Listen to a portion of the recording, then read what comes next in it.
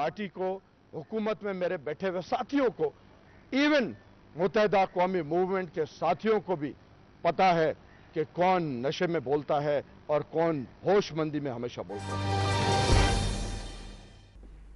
अस्सलाम वालेकुम and good evening everybody. मैं हूं मेहर बुखारी और आप देख रहे हैं क्रॉस फायर। नाज़रीन, लियारी और जुल्फ़िकार अली भुट्टो का ताल्लुक अजीब व गरीब है। ऐसा ताल्लुक कि जो टूटने दरकिनार दूर की बात, कभी भी कमजोर नहीं पड़ता पाया जाता। मार्शल लॉ लगे या सियासी हुकूमत हो, कभी किसी ने ये सोचा तक भी नहीं है कि लियारी की कौमी और सूबाई असेंबली की सीटों पर संजीदगी से मुकाबला लड़ा जाए। अब लियारी में रहने वाले एक दूसरे के जानी दुश्मन भी हों तो पीपल्स पार्टी की मोहब्बत में इकट्ठे हो जाते हैं। इसी गैर मशरूत मोहब्बत के खात्मे के लिए पीपल्स पार्टी के मुखालिफों ने हर मुमकिन कोशिश की है, लेकिन कभी कामयाब नहीं हो पाए। मोहब्बत का ये साथ कुछ यूं है कि दुनिया जिसे रहमान डकैत के नाम से जानती है, लियारी वाले इसकी जिंदगी में इसका दम भरते रहे हैं और वो खुद को भुट्टो का सिपाही कहता रहा। अब लियारी में इख्तलाफात को ख़त्म करने के लिए जो कमेटी भी बनाई वो भी पीपल्स अमन कमेटी कहलाई। इस कमेटी पर मुखालिफिन का ये इल्ज़ाम है नाजरीन के मुजरिमाना पस मंज़र की वजह से इस कमेटी को कोई सियासी अहमियत नहीं दी जा सकती। इस नुक्ता नज़र को एक बार वफाकी वज़ीर दाखिला रहमान मलिक ने यह कहकर दोहराया था कि पीपल्स अमन कमेटी का पीपल्स पार्टी से कोई ताल्लुक नहीं है, तो उसके जवाब में हजारों मर्दों खवातीन का एक जुलूस जो है वो उनके खिलाफ नारे लगाता हुआ वज़ीर आला हाउस जा पहुंचा। और अब इसी अमन कमेटी से सूबाई वज़ीर दाखिला जुल्फ़िकार मिर्जा कुछ यूं अपना ताल्लुक बयान करते हैं। अगर पीपल्स अमन कमेटी वाले सारे क्रिमिनल है तो होम मिनिस्टर भी क्रिमिनल है। जहां अमन कमेटी वाले का खून बहेगा वहां पीपल्स पार्टी का खून बहेगा। आज से इस प्लेटफॉर्म से सीनियर वाइस प्रेसिडेंट की हैसियत में सिंध के अमन कमेटी पीपल्स पार्टी की आज से एक डेली तंजीम है। पाकिस्तान पीपल्स पार्टी और मुत्तहिदा कौमी मूवमेंट के दरमियान तनाव पैदा करने में किसी एक शख्सियत का हाथ है नाजरीन, तो वो जुल्फ़िकार मिर्जा हैं। इन दोनों के दरमियान अच्छे भले ताल्लुकात बिगाड़ने हों तो जुल्फ़िकार मिर्जा ये सलाहियत रखते हैं कि सिर्फ और सिर्फ एक बयान से ये काम कर दें।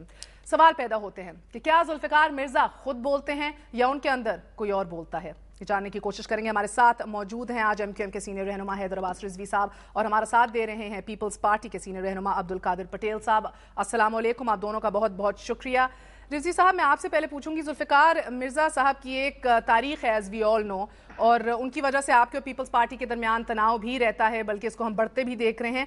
क्या आप समझते हैं कि मिर्जा साहब अपने बयानात में खुद मुख्तार हैं? देखिए, जो सूरत हाल गुज़िश्ता दिनों रही है और जो एक तनाव दोनों जमातों के दरमियान देखा गया, उसमें जहां उसकी मुख्तलिफ वजूहात हैं वहां पर डॉक्टर जुल्फ़िकार मिर्ज़ा की जानिब से आने वाले कुछ गैर जिम्मेदाराना बयानात भी हैं। गुज़िश्ता मरतबा जो 6 मुहर्रम को उनका एक स्टेटमेंट आया था और जो शायद उस वक्त कोई बहुत ज़्यादा रिक्वायर्ड भी नहीं था, उसके जवाब में एमक्यूएम ने जिस सब्र व तहम्मुल का मुजाहरा किया और हमने कहा कि हम इस मामले को 10 मुहर्रम के बाद उठाएंगे, और फिर हम सदर पाकिस्तान तक गए और सदर पाकिस्तान ने यह वादा किया कि वो उसको बहैसियत बड़े के, क्योंकि वो उस कोएलिशन में बड़े हैं, उन्होंने खुद ये कहा कि मैं बड़े होने की हैसियत से उसको देखूंगा और एमक्यूएम को चाहिए कि वो इंतजार करे। और हमने इंतजार किया और उसके बाद दुनिया ने यह देखा कि जब डॉक्टर जुल्फ़िकार मिर्ज़ा 90 तशरीफ लाए तो जिस तरीके से हमने तमाम बातों को पसे पुष्ट डालते हुए जिस तरीके से उनका इस्तकबाल किया और पूरी कोशिश की कि इस्तकबाल उनके शायान शान हो और ऐसी कोई बात भी ना हो एमक्यूएम की जानिब से तो कुजा सहाफ़ी बरादरी की जानिब से कि उनसे कोई सख्त सवाल इस हवाले से ना होने पाए। मगर एक बार फिर सूरत हाल वही ढाक के 3 पात हो गई जब डॉक्टर जुल्फ़िकार मिर्ज़ा ने एक ऐसा स्टेटमेंट दिया जो कि शायद उनको नहीं भी दे सकते तो शायद वो गुजारा कर सकते थे। अगर आप इजाज़त मगर एक बार फिर वही सूरत हाल सामने आई और जब एमक्यूएम ने उसका रिबटल दिया तो फिर डॉक्टर जुल्फ़िकार मिर्ज़ा का यह बयान आया कि वो अपने मौक़िफ़ पर कायम है। ये एक ऐसी सूरत हाल है जो तवातुर के साथ पैदा होती रही है और हमने एक बार फिर इसका नोटिस लिया और हमने कहा है कि कल हमारा एक वफ्द सदर मुमलिकत से मिलने जाएगा। अगर आप इजाजत दें हैदर अब्बास रिजवी साहब, पूछेंगे। अगर हमारे साथ अभी लाइन पे मौजूद हैं सूबाई वजीर दाखिला जुल्फ़िकार मिर्जा साहब। जुल्फ़िकार मिर्जा साहब, अस्सलाम वालेकुम। वालेकुम अस्सलाम। क्या बात है मिर्जा साहब, आप ही क्यों बार बार वजह तनाज़ा बन जाते हैं? ये मुझे खुद समझ में नहीं आता, तो कि रीजंस अगर कोई और है तो हमारे दोस्तों को वो कहने चाहिए।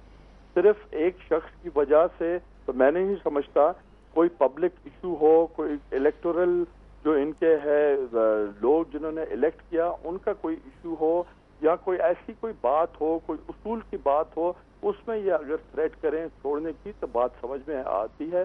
میں تو ایک حقیر سا چھوٹا سا پیپلز پارٹی کا کارکن ہوں. کیا ذوالفقار مرزا صاحب آپ کو لگتا ہے کہ واقعی ناراضی کی بنیادی وجہ کوئی اور ہے؟ میں سمجھنے سے قاصر ہوں اس چیز کو, کیونکہ یہ جو ریزگنیشن یا گورنمنٹ سے نکلنے کا یہ کوئی ایسی ہتھیار نہیں ہے جس کو بار بار چھوٹی چھوٹی چیزوں میں استعمال کیا جائے. اچھا, اگر آپ میرے ساتھ ٹیلی فون لائن پہ ہیں, حیدر عباس رضوی صاحب, کیا واقعی کوئی اور ناراضی ہے؟ بیکاز ماضی میں تو مرزا صاحب اس سے بڑھ کے کئی اور باتیں کہہ چکے ہیں, بلکہ وہ تو یہ ادھر تک بھی بات آ گئی تھی کہ آپ کے ووٹ بینک بھی جو ہے وہ بھی دہشت گردی سے ہی آپ کو ووٹس ملتے ہیں. کافی کچھ وہ کہہ چکے. آپ کو یاد ہوگا 60 میں سے 26 دہشت گرد جو پکڑے ہوئے تھے ان کا تعلق بھی کون سی کراچی کی بڑی جماعت سے تھا. تو اسی ایک بات کے اوپر اتنی ناراضی؟ اصل میں تھوڑا سا اس میں مہر کراچی کی پولیٹیکل ڈائنامکس کو سمجھنے کی بات ہے, اور پیپلز امن کمیٹی ہمیشہ سے کراچی میں ایک متنازعہ گروپ رہا ہے. یہ ایک نیا آف شوٹ ہے جو کہ بنا ہے, اور یہ صرف لیاری میں ایگزسٹ نہیں کرتا بلکہ اب یہ آہستہ آہستہ پوری کراچی کو اپنی لپیٹ میں لیتا جا رہا ہے. خاص طور پر وہ تمام ایریاز جو کہ کبھی امن کمیٹی کے حوالے سے جانے پہچانے نہیں گئے, وہاں پر بھی یہ صورتحال ہے. میری اپنی کانسٹیٹوئنسی میں ایک جگہ ہے ڈالمیا میں باقاعدہ ایک ایسی سچویشن ہے جہاں پر امن کمیٹی کی ایگزسٹنس کی وجہ سے وہاں کے جو علاقے والے ہیں, میں ذوالفقار مرزا صاحب خود میری بات سن رہے ہیں, اس کی تصدیق کر سکتے ہیں اگر چاہیں تو, کہ وہاں پر علادین پارک ہے, ایک بہت ہی زیادہ لوکریٹو جگہ ہے اور وہاں پر کافی بزنس ہوتا ہے. وہ بچوں کا ایک بہت بڑا سا پلے لینڈ ہے, اس میں کئی 100 دکانیں ہیں, اور وہاں پر امن کمیٹی کے حوالے سے جو ڈالمیا میں لوگ رہ رہے ہیں وہ باقاعدہ وہاں سے بھتہ طلب کرتے ہیں اور بھتہ حاصل کرتے ہیں. اور اس کے علاوہ بے شمار اغوا برائے تاوان کی, ڈکیتیوں کی وارداتیں اور ایسی وارداتیں جہاں پر تاجروں کی, بڑے بزنس مینز کے ساتھ, وہاں پر چھوٹے دکانداروں کے ساتھ, یہ جو ایک پوری تفصیل ہے ہمارے پاس یہ ایگزسٹ کر رہی ہے. اگر میں ایک پولیٹیکل بائس رکھتا ہوں, میں ایک ایم کیو ایم کا کارکن ہوں, تو آپ چیمبر آف کامرس سے یہ سوال کر سکتے ہیں, آپ فیڈریشن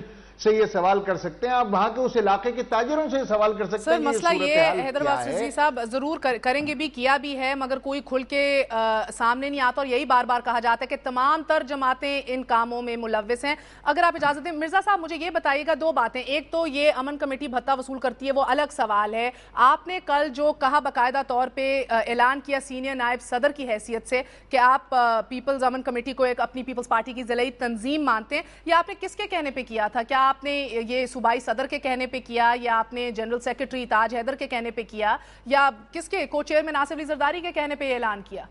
مہر صاحبہ, میں پہلے حیدر بھائی کی بات کو آگے بڑھاتا پہلے چلوں اور میں یہ بات کلیئر کروں کہ ان کی اگر کانسٹیٹوئنسی ہے جو کہ ہے ڈالمیا, تو ان کو ضرور یہ پتا ہوگا کہ ڈالمیا کے لیے سر درد تھا کالو کرنٹ. کالو کرنٹ بھی ایک بلوچ تھا, لیکن وہ کرائم ورلڈ کا بادشاہ تھا اس ایریا کا, اور اس کو الحمدللہ میں جب منسٹر ہو کے آیا میری انڈر کمانڈ رینجز میں نے موو کی, پولیس موو کی, اور ان کی اطلاع کے لیے یہ امن کمیٹی کے جو لڑکے تھے انہوں نے رینجرز کی ہیلپ کی. رینجرز اور پولیس اس چیز کی وٹنس ہیں, اور کالو کرنٹ کا مرزا صاحب میرے سوال کا جواب دیجئے نا, گروپ کا وہاں سے صفائی کیا. پہلی بات یہ, اور جو آپ کی بات ہے, میں خود ایک ذمہ دار پارٹی کا عہدیدار ہوں, سینئر وائس پریزیڈنٹ کی مجھے پوزیشن ہے میری, تو یہ میں نے خود یہ اناؤنس کیا ہے جس کی میں ذمہ داری لیتا ہوں.